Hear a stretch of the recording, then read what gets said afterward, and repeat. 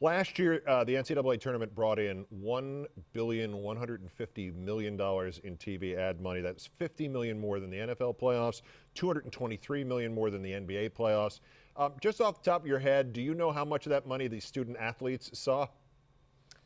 Well, they don't see any of that money. They do get a benefit. I mean, they get a scholarship, but they also are said to get benefit from every dollar that's paid to all the administrators and the coaches. So the more they pay themselves, oddly enough, the more benefit the NCAA claims go to the athletes. I don't particularly see it that way, but that's an interesting way to spin it. Do you think this system has ever worked? I mean, we have information about players being paid to play under the table and guys hopscotching from school to school in the 1880s and 1890s. Has this ever worked?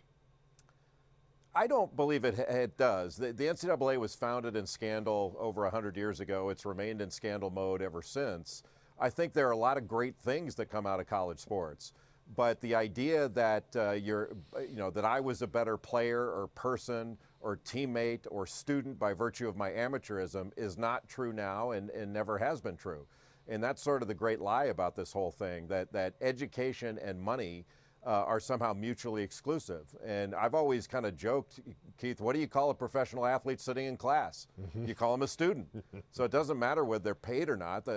Any student can be paid.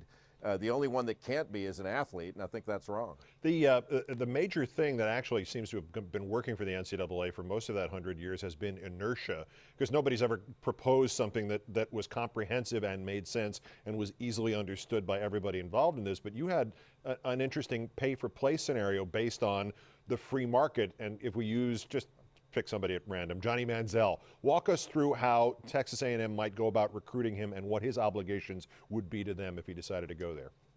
Well, that's one of the interesting things about how the NCAA couches this. They're always asking, well, what's the plan? Because it's so complicated. Show me the plan that's going to make everybody happy, as if there's a plan to pay everybody else. I haven't found that plan yet. But if we went with the free market, I think the natural and probable consequence would be that if you're recruiting Johnny Manziel, a school would go to Manziel and ask for a contract. They would offer him a contract and say, we're willing to pay you X amount of dollars, but we're including a scholarship and all your expenses, but we're going to require you to stay here for 3 years. There's going to be a non-compete. There's going to be a behavioral clause. There's going to be a performance clause in class. And Manziel would ask for certain things in a contract, but it would be governed the same way as any other employment contract would be. It's really not as complicated as the NCAA wants to make it seem. They say, well, how do we do it? How do we pay everybody? Would we pay men and women the same? Would we pay the worst player the same as the best player? As if they can't make those decisions with regard to any other employee. There's no plan to pay everybody else. And the free market seems to work pretty well for the rest of us, and it would work well for athletes too.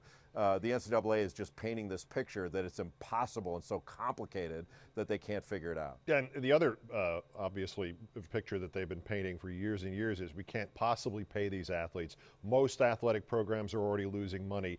Think of the kids. Look what happens to dressage if we start paying the football players.